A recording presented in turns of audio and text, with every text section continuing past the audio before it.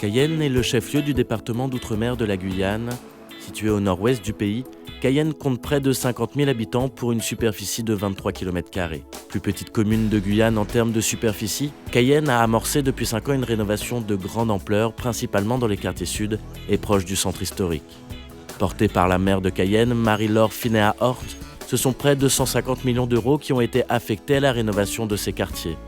Le faubourg de Mirza, première cité de Cayenne construite dans le début des années 80, fait partie de ces zones réhabilitées. L'objectif, c'est vraiment de les insérer dans le centre-ville et d'en faire des quartiers à part entière, en intervenant sur différents domaines. Donc, tout d'abord, le bâtiment, le logement et l'habitat, soit en démolissant et en construisant une offre nouvelle, soit en réhabilitant. Et ensuite, en intervenant également sur les espaces publics par des opérations d'aménagement et la création d'équipements publics. Clairement, on ne pourrait pas gérer un projet d'une aussi grande envergure sans OPC urbain pour nous accompagner et aussi avoir le regard critique sur les informations qu'on peut fournir. Quand on a lancé notre appel d'offres, SQ a répondu et on avait déjà eu des bons retours, notamment en Guyane, puisqu'ils travaillent actuellement sur le projet de rénovation urbaine de Matoury.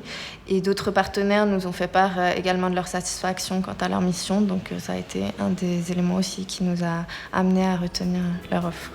La mission de Sterling Quest Associates sur le projet de réaménagement des quartiers porte principalement sur le conseil et l'organisation. Pierre-Jean est un jeune urbaniste diplômé des Ponts et Chaussées et travaillant au sein de Sterling Quest Associates en tant que chef de projet. Il est en charge du plan de réaménagement urbain de la ville de Cayenne.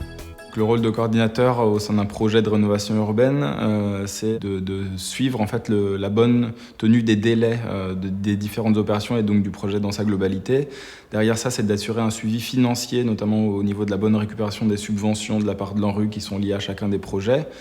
On a un rôle de collecter l'information, de la synthétiser, de la faire partager à l'ensemble des partenaires qui sont impliqués dans le projet.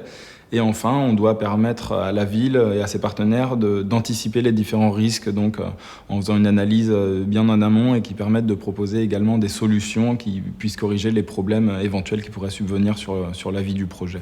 Pour de tels projets, la gestion du temps et l'anticipation des risques sont primordiales pour les municipalités, avec des budgets de plusieurs centaines de millions d'euros et des travaux s'étalant sur plusieurs années.